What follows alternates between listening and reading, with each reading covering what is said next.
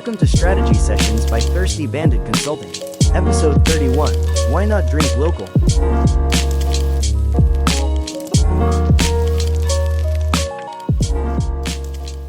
Hey, everybody. Thanks again for joining us. This is another episode of Strategy Sessions with Thirsty Bandit Consulting. As always, Corey Kraychuk here with Rachel Brown. Rachel Brown, Hello. you look tired, man. I am. You got a lot going on over there? What's do. shaking? Oh, I just have been in the trenches of fulfillment. I've sold a ton of books this week, so I have been packaging my little heart out. I was sitting at my kitchen table until about 9:30 the other night, boxing stuff up to go out to the post office, and I have bragging rights. They said that it is the largest QR code they've ever seen from a mail delivery drop-off. They actually showed the other clerks how big the receipt was because of how many orders I sent out. So I'm feeling it, but it's cool. It's a cool level of tired. Yeah, I mean, it's a great level of tired. You know, they're showing the CVS receipt of all the addresses that are going on. So for the listeners at home, you know, Rachel, I don't know if you would say moonlights, right? Well, I mean, you're kind of like a actor slash comedian slash, you know what I mean? Like you're a slashy where Sure, you've got, you know, like not one profession defines you. No, I'm a little bit of both. Yeah. Yeah. So Rach has been a writer for a really long time, decade, right? At least, right? You've been publishing fiction, mostly fiction, right? And your new stuff is blowing up. Yeah. What's your TikTok handle for listeners? It's author Rachel Lynn. So it's author_Rachel_Lynn. So I've been moving. The Constellation Lounge has been my bestseller, and it's almost up to 400 copies now sold. So it's pretty sweet. That's pretty awesome. Sweet. So proud of you, bud. Thanks, man. It's so good. I need to read them. Like that's my problem, right? Although can I be honest with you for a sec, Rach? Sure. Like, kind of nervous to read them because because I've known you for so long. If I start, oh dang, Rach, I didn't realize it is weird. So Zach actually just read it. So Zach has never read any of my books, and he really wanted to read it. And I was like, look, you don't know me. I'm just an author that you picked off the shelf. And I told him, I was like, I don't want to know when you start it. I don't want to know anything. You just come to me when you're done and we'll chat. And so he did. He didn't say anything for days. And then we talked about it. He was like, it was so good. I was like, are you surprised? He was like, no. But it is really weird to have people that know you really well, read it. And then you're just like, don't look at me any differently for whatever reason. It's just, It's interesting. It's a very vulnerable thing. You're right. When you put things out in the world like that, if you, you know, whether it's fiction or nonfiction or it's an op-ed, wink, wink, because that's something we're going to be talking about today. You sort of, you know, expose your feelings to the general public, and you've got to be willing to suffer the consequences, be it good, bad, or indifferent. So kudos to you for all of the hard work and success paying off. And I have no doubt, get those books back in inventory. People need to get copies. I'm trying. So I already sort of teased the direction we're going to head today. Rachel, this is another one of those guests. You know, LinkedIn, love-hate relationship. I think many of us that operate in that space, there's a lot of value that you can get out of it from a networking perspective, industry perspectives. But there's obviously a lot of AI slop. There's just a lot that you have to sift through. And once in a while, I'll throw a Hail Mary and reach out to somebody that I think has a really incredible, interesting angle or voice within our space. But you never know, right? Because we all get inundated with requests to connect and network. And so, you know, I wasn't holding my breath, but lo and behold, she responded back to me. And a couple months ago, we had a great conversation, and it all started with this article, this op-ed piece that she wrote for Bon Appétit. And so this is one of those guests that I didn't know before. We got to know each other a little bit. She actually helped promote our live conference back in May through her channels, which we're very appreciative of. And then we agreed at some point in the summer that we would reconnect and record an episode of Strategy Sessions, which we finally calendars aligned and stars aligned. And here we are today. And she's giving us some of her time, which we're really appreciative of. So today's guest, Rachel, is Maryam Ahmed. She's founder of Maryam Company.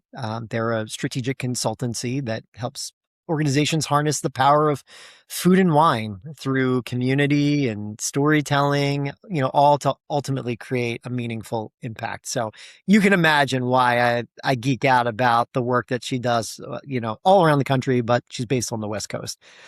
She's a, social impact entrepreneur. She's a writer. She's a speaker. She's an experiential strategist. And she was also named a few years back to Wine Enthusiasts Future 40 Tastemakers. So she's, as you can imagine, because of the perspective that she brings, she's one of the industry's leading voices on sustainability and inclusion and place-based hospitality. All things that we've spent hours and hours of time either talking through on this podcast, writing about, advising folks on. So the thing that triggered me, though, the thing that made me finally say, reach out to this girl, was this Bon Appetit article, which was titled, "We Champion Eating Locally. Why Not Drinking Local?" ? And obviously, this strikes a nerve for us East Coasters, probably more than West Coasters, because the struggle is real. And we're going to dive into that today. So we're going to dive into what that really does mean. Try to not get on our soapbox too often. Let Maryam do some of that. And talk about the future of what that might mean for restaurants, wineries, and just really local communities in general. So Maryam, thanks for coming on Strategy Sessions. So nice to have you. Thanks for having me and for that amazing introduction. Yeah, I'm really excited. Well, I mean, listen, you're responsible for all the accolades that we covered. So it's all the hard work and grind that you do that makes a bio, as intriguing and exciting as yours. So, but I think it starts with belief, right? I mean, we're gonna dive into this article a little bit, I think, but before I want to do that, I want to just get some sense, about your professional journey and some of the things that maybe had forged your values and how, those values kind of shine through it and basically built the foundation for writing an article like this. So maybe you can share with us and share with the listeners sort of, how you fell into the industry and sort of, what affected you to approach some of these challenges the way you do. I like the framing of this journey, but beliefs underlying it. I think I mean, the very short version is I learned that I was interested in hospitality as a pizza girl in the city that I grew up in. I was working at our neighborhood. I could walk to work, so I couldn't drive. I was not old enough to drive when I started working there. And you could manage the entire shop. You were taking orders, making to go and for here food. You were, grating cheese, making giant batches of sauce, all of that, working on your own in a single shift. And at the time, it wasn't that big of a deal in that, it was just great, like extra money I got while I was in high school. But I think I look back now and realize that I really liked the challenge of it, even at that young age. And it kind of led me down some paths. I started working in banquets in high school as well, and just realizing that I was really good at getting people to the table or proverbial table to organize things, to commit to something, and push it forward. And so all those things kind of culminated in actually choosing to go to college for hospitality. So I did my undergrad at Cornell at the hotel school, and I grew up not far from Ithaca, but far enough that when I got to Ithaca, it may as well have been in another state. It was a very different experience. And I bring that up because that is probably one of the early moments of forging belief and realizing how important belonging was in hospitality. Because I got there and I didn't feel like I belonged, if I'm being honest. And what that did was kind of force me to find a way to feel belonging, right? Looked like joining some really interesting student groups, but also it inevitably ended up being an avoidance of some of the corporate side of things and pursuing an internship at a winery. That was a mile from campus. And that winery also happened to have it's still in existence today. It's called 6 Mile Creek. The winemaker I trained under is still there. But I just learned a ton about hybrids, vinifera, and also just running a small business, and a small winery and vineyard. And so what happened was then I was pursued by a distributor because I was one of the only people in my class that had, quote, supplier experience. But you can imagine as like a kid, you're like, okay, sure, supplier experience. It's like, sure, I guess it counts. Yes, as a supplier. But it was really like that leap of, having the experience that I sought because I wanted to feel like I fit and I wanted to apply my knowledge to a place holistically. And then, getting this really great job and internship as a result of that. And so I went down to New York City after I graduated college, lived in Astoria, Queens for a few years. And I loved distribution. I was working with the top accounts for a portfolio, both on and off premise, and the top for portfolio. And while that was an incredible learning opportunity, I started to notice a couple things about myself. I really missed trees. That is not a disingenuous statement.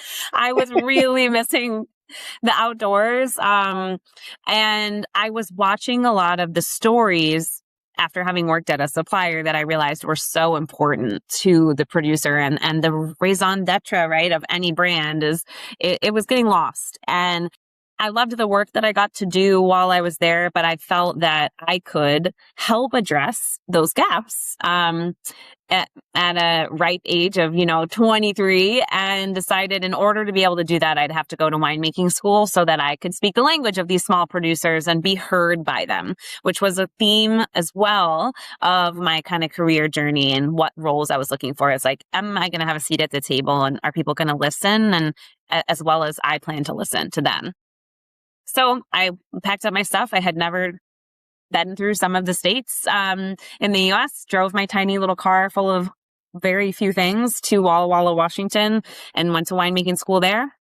There, I had no idea necessarily about the chemistry and, the physicality of production per se, but I knew a lot about distribution and sales standards and employee training and hustling in hospitality. Yeah. And those things helped me get roles within different wineries. And honestly, it was an early stage of consulting for me, even at a pretty young age. And so I did the program, finished in 15, and then a job with the Culinary Institute of America became available. And that's how I ended up in California. I moved here for a job where the CIA had just acquired a building called Copia, which was previously the American Center for Wine, Food, and the Arts, kind of dreamt up by Julia Child and Robert Mondavi. And I had read about it while I was in college and thought that is an incredible thing that they've conceived of.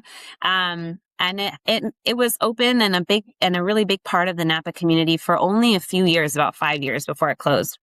So the CIA wanted to resurrect the original mission plus, with their own academia and everything else that they wanted to offer for programming there. So I took this role kind of a little bit below what my experience level was, with the knowledge and understanding that I would be able to grow it if I stuck with the company. So I was there for 5 years and had a team of about 30 by the time I concluded my time at CIA, focusing on programming and public education and really how do we distill what makes the CIA to a consumer audience. And oftentimes, because I had really found a resonant way to make that work, I did straddle some of the industry initiatives, especially the beverage industry initiatives, because of my background. So that all kind of funneled me into Maryam Company, which I started 6 years ago this month. And it has, as many small businesses do, evolved since I started. But the core principles and beliefs of belonging and seeing people and organizations and businesses for what they are and helping them translate that identity to participation. I've been doing that my whole career. I've just formalized it, more so through the work that I do with Maryam Company. And because of my background in beverage and food and hospitality, I I'm working with clients in those sectors, but often also private sector clients that really want to elevate, their offerings in those areas. And so it's fun because I get to wear different hats, and I get to bring the principles, that I believe in to the work that I do every day. And we're a certified B corporation, so that does help. That's kind of putting our literal money where our mouth is and maintaining a certification that's pretty rigorous. That really shows that regardless of what service I'll execute as a service offering, it will have equity and sustainability at the center of it, So. I mean, you touch upon a lot of things, a lot of values and a lot of perspectives that are so imperative right now, not just in our industries, but in any industry. And the challenge is making sure that the intentions are true, and not just another marketing ploy. So it's nice, you don't know any other way because this is what you grew up with. This is how you built your professional career and your vision for Maryam and Company. And this is what emerging consumers want. And as we all three of us sort of don't really consider ourselves emerging consumers anymore, we're kind of smack dab in the middle. I think it's an advantage. It's an advantage it's an advantage that is true and transparent and can really help bring people along, because if you have that belief and it's an innate part of yourself and your organization, one that is received, people can see that and recognize that it's not a veneer, but also, I think you're best positioned to help advise and support initiatives that share in that. So, and I think that's actually a great segue to the article, because in the article, you draw this compelling parallel between farm to table and local wine, and having both experiences now on East and West Coasts, you can see the dichotomy. And we know that this conundrum exists, right? I mean, why is it that you think consumers have continued to embrace eating locally, but they've been slow to expect that same philosophy can apply to what's in the glass, and even more so, particularly within wine than craft beer and spirits, in my opinion. Yeah, no, I think that's a fair statement. Well, I know you introduced the piece with the title that they chose, which I really appreciated. It was not a clickbait title. That was a really great selection by the editor. And I would say, like, for me, the premise of the piece, my version of the title was an Instagram story that I put online, which is what earned me this op-ed. The Instagram story question was, hotels and restaurants in a wine region, why aren't you serving local wine? And for sure, the op-ed goes a little beyond exploring that question. But truly, it discloses, like, that is actually the relationship we were talking about. So let's just start there, because actually I think it's important, right? Because it kind of balloons out. And people in cities, especially on the East Coast, were real sensitive about this. So I'm just disclaiming, I was asking, why is a local place serving wine from more than 1,000 miles away when they have a literal winery across the street? That was, to me, like, I don't understand this. And it was the impetus for that question was an East Coast region. So, Yep. For what it's worth. So why are consumers slow to adopt? I think one of the things I do really early in the piece is say, like, it's really easy to finger point, right? And the beverage industry is notoriously good at finger pointing at someone else for the problem that exists. This is why marketers like me have a career. So, like, especially right now, right? Especially, it's cannabis, it's GLP-1, it's it's neo-prohibition, like, just run down the list. Right. Lots of modern contradictions, right? And so why has the consumer been slow to pick it up? Where is the consumer option is my question back to you. I don't know that there's a lot of options for consumers to even choose when it comes to drinking something local available to them at a restaurant that they're going to, whether they're in a wine region or in a, let's say, a city within a large state that has agricultural production, right?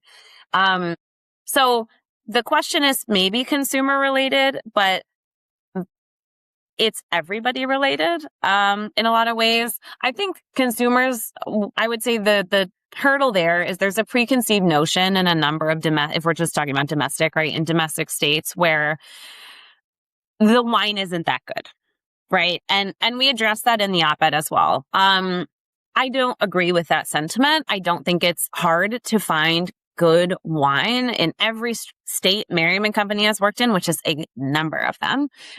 There's something good. And even if there's something good, there's likely another thing or another producer that is also really good.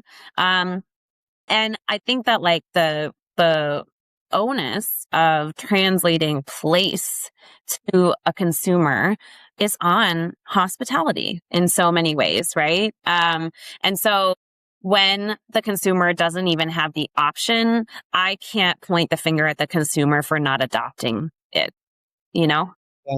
Yeah, I mean, Rach, we talk about this so much. It's so easy to paint with a broad brush. You know, you have one bad local wine experience and all of a sudden the entire state or the entire region doesn't produce quality wine. We do that with nothing else. You don't eat one bad burger and say, oh, I don't eat burgers anymore because, you know what I mean? Like, it's for whatever reason, people are so comfortable with that with wine.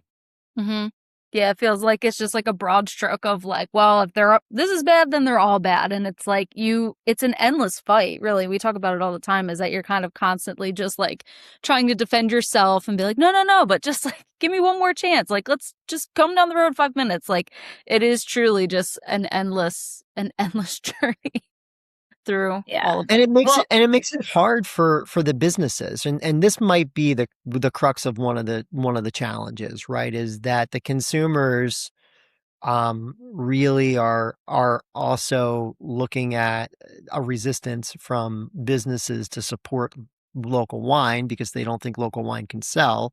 They don't think that their staff can sell local wine correctly, or they're unable to educate their servers and their bartenders to the degree that's needed for those wines to sell. Whereas something from France or something from Napa or anywhere else will sell without a little bit of hand-holding. Yeah. I think that there's a point to that. And I don't think that it's a hurdle we can't overcome, but it certainly exists, you know. But if just staying with the idea of community and like locality, it's to me a really clear choice of convenience over community when we're choosing France or dare I say where I live now. You know, we have a rule on Field Blends, which is this professional development program that I run in different American wine regions. And we have a rule that if you say Napa, you have to take a tequila shot. So I'm fresh off of leading those tours. But there's no one here to force me to take a tequila shot. So I'm good. I was just going to say that there's like a convenience factor here. And you know, part of that is choice. There is choice in that convenience. Being, you know, conscious choice is like, I'm putting this on the list. I'm not putting this on the list. Fair and square. But there's also choice that we don't have, which is system in the system. And it has, you know, a system that's really hard to maneuver, as margins get tighter and everything becomes more expensive. So those are valid. However, it's called a product mix, right? Like if you're going to see a lower margin on something, then you pick something else that you will have a higher margin on. Anyone who's done any level of like sort of business management, whether that's on the job experience or in school, knows you can't rely on the same product in every category to pay the bills. So why is local wine any different principally? That part I don't think there's an excuse for. But I do think people also forget that, you know, when we're touting farm to table and, you know, the consumer is really in on that, right? I think the consumer is mostly in on that because it's healthier for them. I don't necessarily think they're in on it because the dollar stays in the community. And I think a lack of local wine representation on a menu is proof of that. Because they're not asking the question of like, but okay, so if I buy this glass of wine, then this winery benefits and therefore the business owners benefit. So the people that work for those business owners benefit. The people who steward the land that grew the grapes benefit and are paid a fair wage, right? Like all the way down in an ideal world, consumers would understand that. But at the end of the day, they don't largely, right? So that's on us as as business owners. But in hospitality, this amazing industry that translates place for people, that's on us, you know? Yeah, taking all the time. Well, I think too, like, when you go to these places, if you're traveling from out of state, so like part of the article and like what you talk about is that like a wine list isn't just a beverage menu, but it's a part of the destination's story, right? Like we go to Oregon, I want to drink Oregon wine because that's what I'm here for.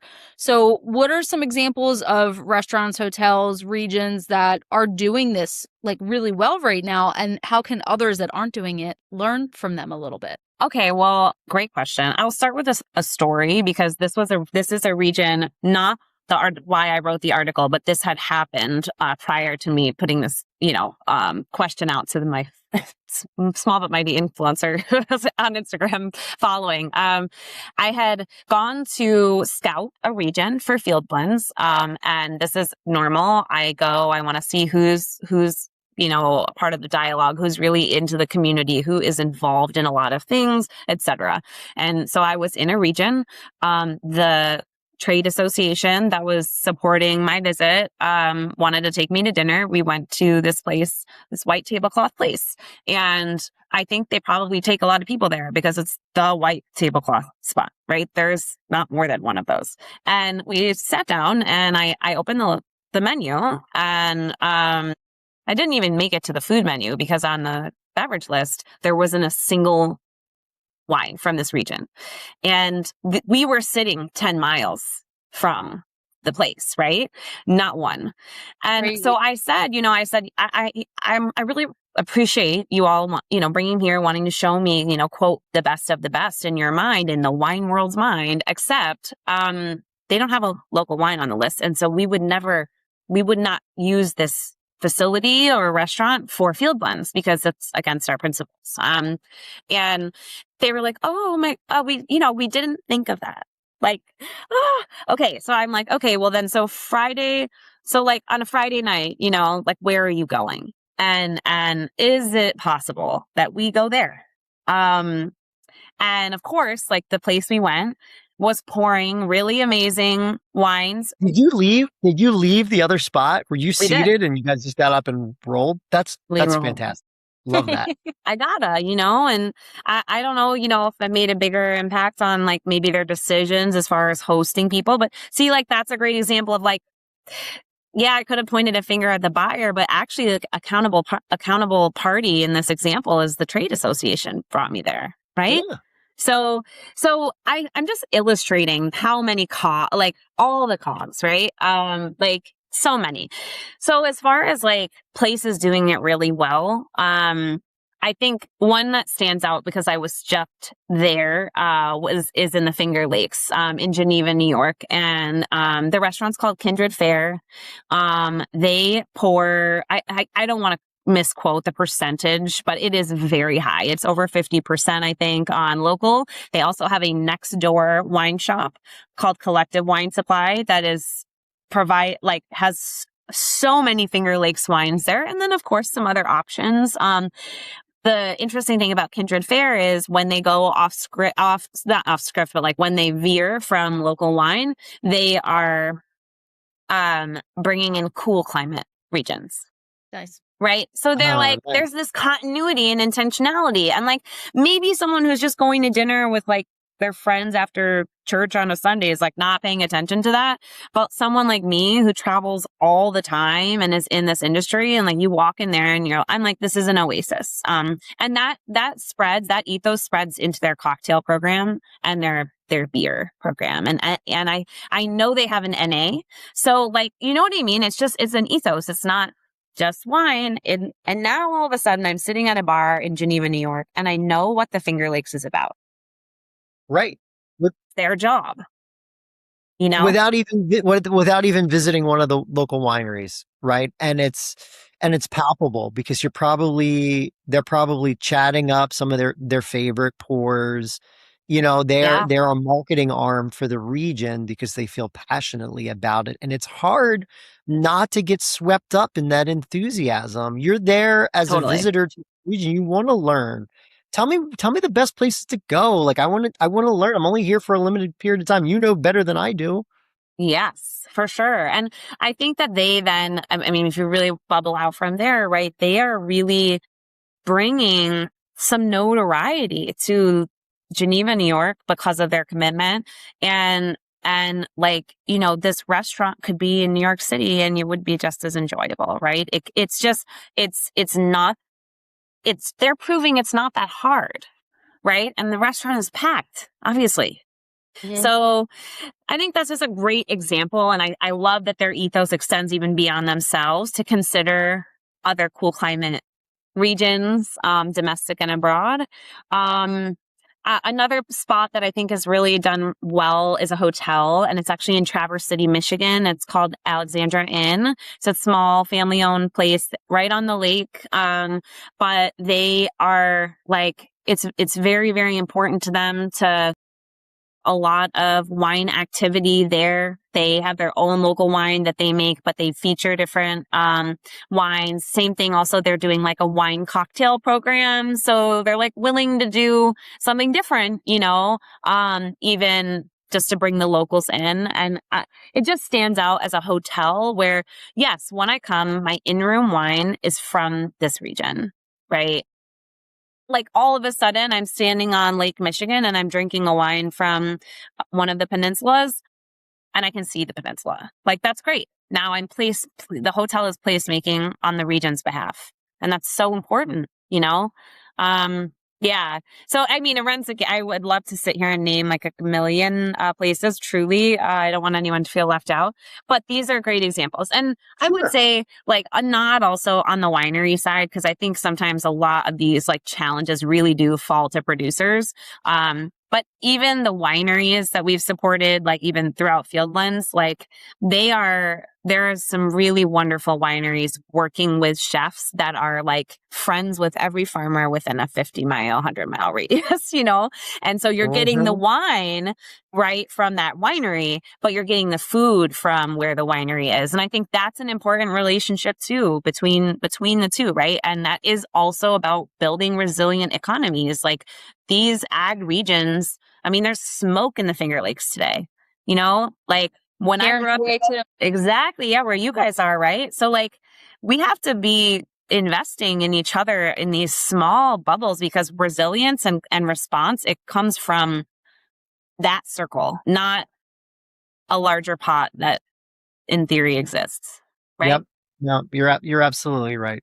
Well, let's shift focus a little bit and talk about distribution and the three-tier system and purchasing habits. We talked earlier a little bit about that mix and margin and when you're selecting wines for a wine list or really any product or item that's on your menu, like you recognize some of them are going to be your drivers of revenue and kind of your winners from a margin perspective. But if if you're advising an independent restaurant owner who really wants to do this, who feels that um, they believe in this and they want to commit to this, but they are concerned about sacrificing profitability or any kind of operational efficiencies, you know, where would you start with them? I mean, how would you get them comfortable with making a commitment to local? Well, you're saying they're independent, right? So my theory is they are somewhat already committed, ideally, at least to their surrounding community, because you have Well, to it's be also to from a be a decision successful. making 100%, yeah, process because like from a procurement perspective, sometimes when you deal with larger totally, organizations, that that's taken out of their hands. They don't really have that yeah. control. No, you're right. So we have the decision maker in the room. In theory, this person, because they are an owner and probably an owner operator in our world, right? They are tied day to day to the business. And so like the first thing is, when they want to make their commitment is like, I'm just going to tell you, it's going to take a little time. And that's like a resource that a lot of people say they don't have. So just prefacing with like, this is going to take a second, because a commitment is there's accountability in that commitment, and that space between commitment and accountability is you're going to have to do a little bit of research, but you might benefit from that really, really easily. Meaning people can, especially in, let's say they're looking in state. So maybe we're talking about a larger city market, and then they're looking in state. I think one of the easiest things they can do is look up anyone who's gotten a write-up recently, right? Like, we have all of these amazing publications at our disposal, many of whom are looking and foraging for alt stories. So like, maybe that Pennsylvania producer that you're looking for is actually has been featured recently in Wine Enthusiasts or wherever. And it's actually not that hard to find, who might resonate with your audience. The other piece is like, I tend, when I'm doing market research, to look, if I was an independent owner, I would be like, who is following this brand? Because if I need a certain kind of customer in my restaurant more, I'm going to maybe say, hey, we got this wine on the list. I notice you follow it. I know you're, whatever, making that creepy, but I know you're in the area. I'd love to have you in for a glass. Like, you got to do the work.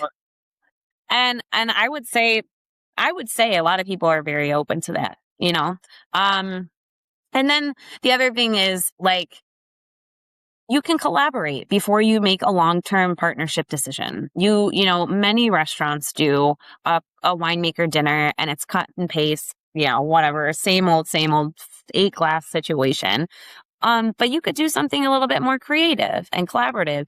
Bring their audience to you, you bring your audience to them, see how your audience interacts, and make a purchase decision based on that. It doesn't have to be like full hog. You can make a commitment to try before you actually figure out, who or what 2 or 3 producers am I going to have, here. And we already talked about product mix, but yes, domestic wine costs more money.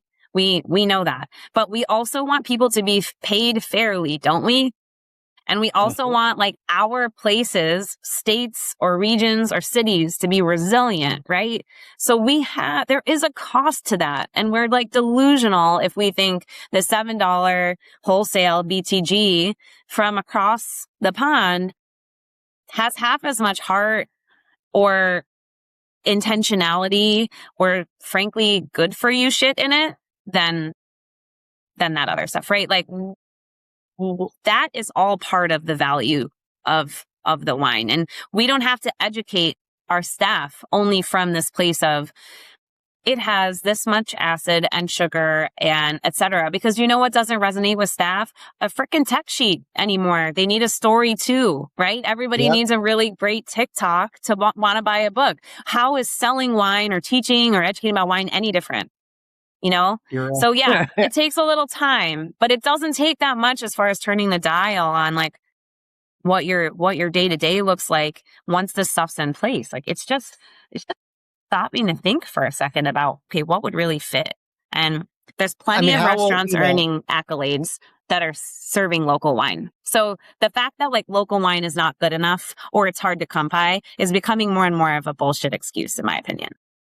Sure. Especially because wine's being produced in like 49 states at this point. So, and most of those regions have been doing it now for several decades. So what we see, particularly in the mid-Atlantic, as the industries are 50, 60 years old now, is they've figured a lot of things out.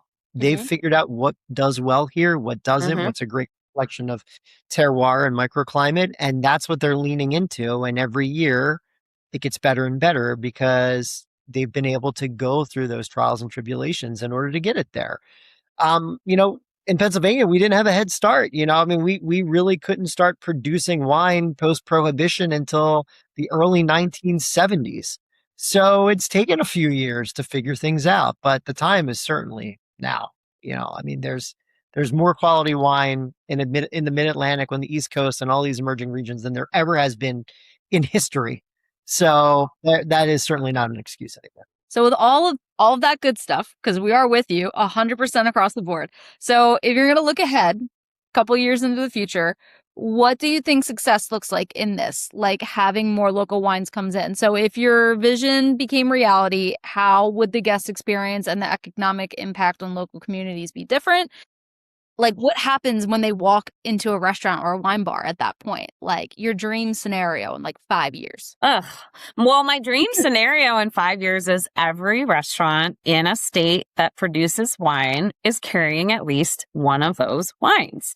That's dream scenario. How do we get there? I think something we didn't touch on yet that I find to be like just really important is we need people to stay in the industry. We need people to stay excited about hospitality, because there is that moment where you can tell if you have a guest that's like, I'll try whatever you say because I'm all in on like this whole situation that you are, which is fabulous as a server or as a som or you name it. And you have them, right? For me, we have to remember that those folks that are on the floor day to day, retail, hospitality, even on the sales side and distribution, they got to stay excited about something. So like the way we teach and storytell to them and even put them in positions of understanding beyond being talked to or talked at in pre-shift is really important. Like we need to make sure that those folks are having like access to local wine conversations, or at least people. So I think there's something there around education and programming to keep people excited, because those are the folks that end up converting the consumer.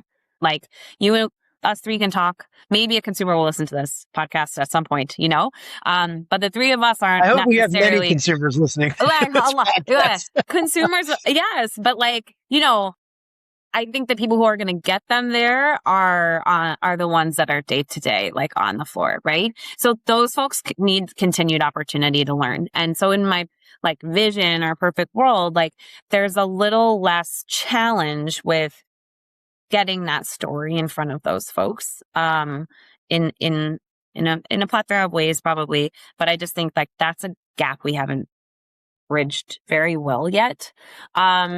And the other piece is like, I don't think that it is not hard to measure where a dollar goes when it stays in the community. It's much harder to measure where it goes when it doesn't, right? And like, you don't feel where it goes when it doesn't stay in the community until the community is hurting.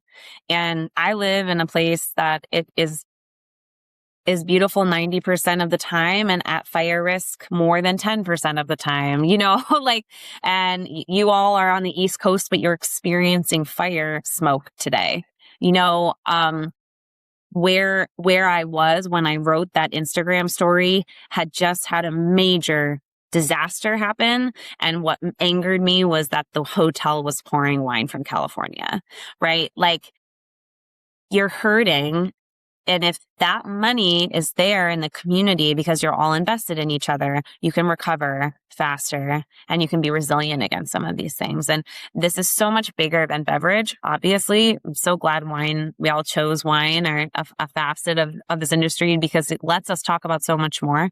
But in a perfect world, people would start to really understand how important it is that we invest in each other from a local standpoint or from a statewide standpoint, because this is going to, that level of resilience is going to be more and more important as the years go on. We're like literally seeing it and living it now.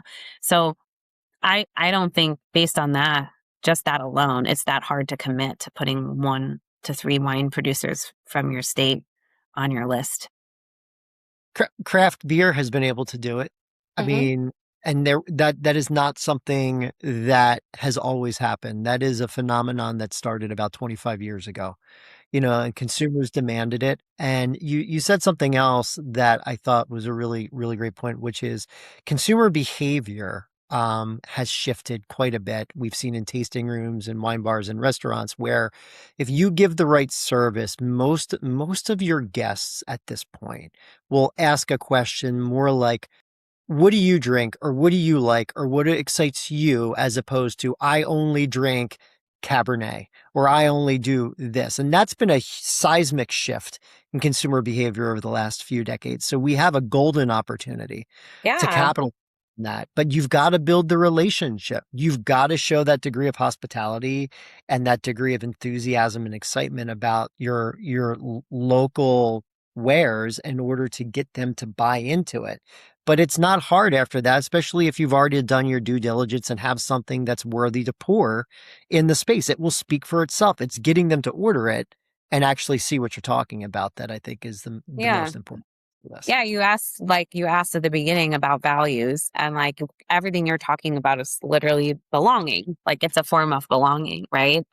From the people who have the opportunity to sell to the guest and the guest themselves feeling like, okay, I see myself in this space. And wouldn't it be incredible is if they said, I see myself in this place, and this place is translated to me through this hospitality experience. And so now I know what the Finger Lakes is about. Now I know what Pennsylvania wine is about. Now I know about Maryland or Michigan or California, like that is the link we want to have, not just on the farm to table side, but from the wine. And no other beverage on the planet has the connection to the land than wine does. And that's why, as we go through a market reset moment and we're dealing with challenges within the industry, why I feel that this product will endure, because it tells a full story of the people, the place.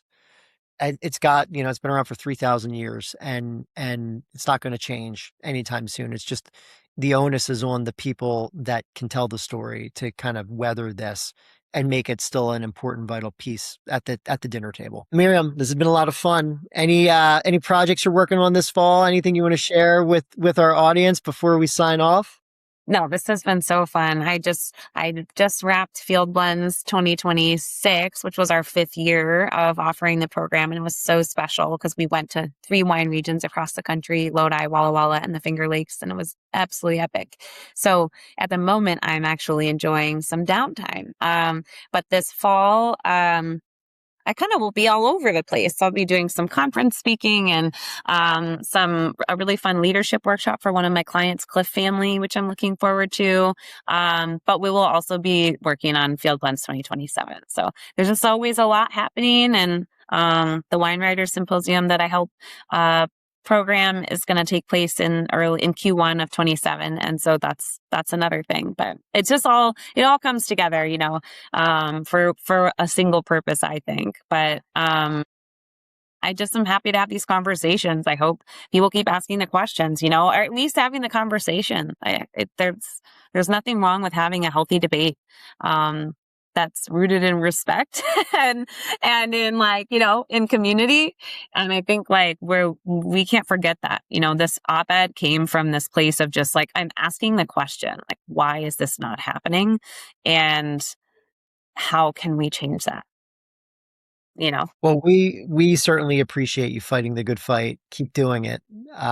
It's being received. And even if people don't agree with it, they're thinking about it, which is important. So, we wish you nothing but the best. We can't wait to hopefully interact with you, maybe in person somewhere down the road. And we appreciate you taking time from your well-deserved rest to hop on and chat business for a while. We'll make sure we tag in a bunch of this stuff so people can follow along in your adventures this fall. And thanks so much for joining us today. Yeah, my pleasure. Thanks for having me. All right, well, that's going to be it for this episode of Strategy Sessions, guys. Be kind to each other. Next time you're in the restaurant, please, for God's sake, order a local wine. Take care, everybody. Cheers.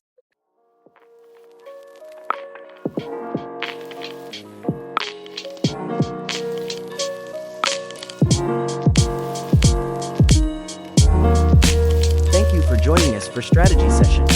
Please like, follow, share, and subscribe at Thirsty Bandit Dome.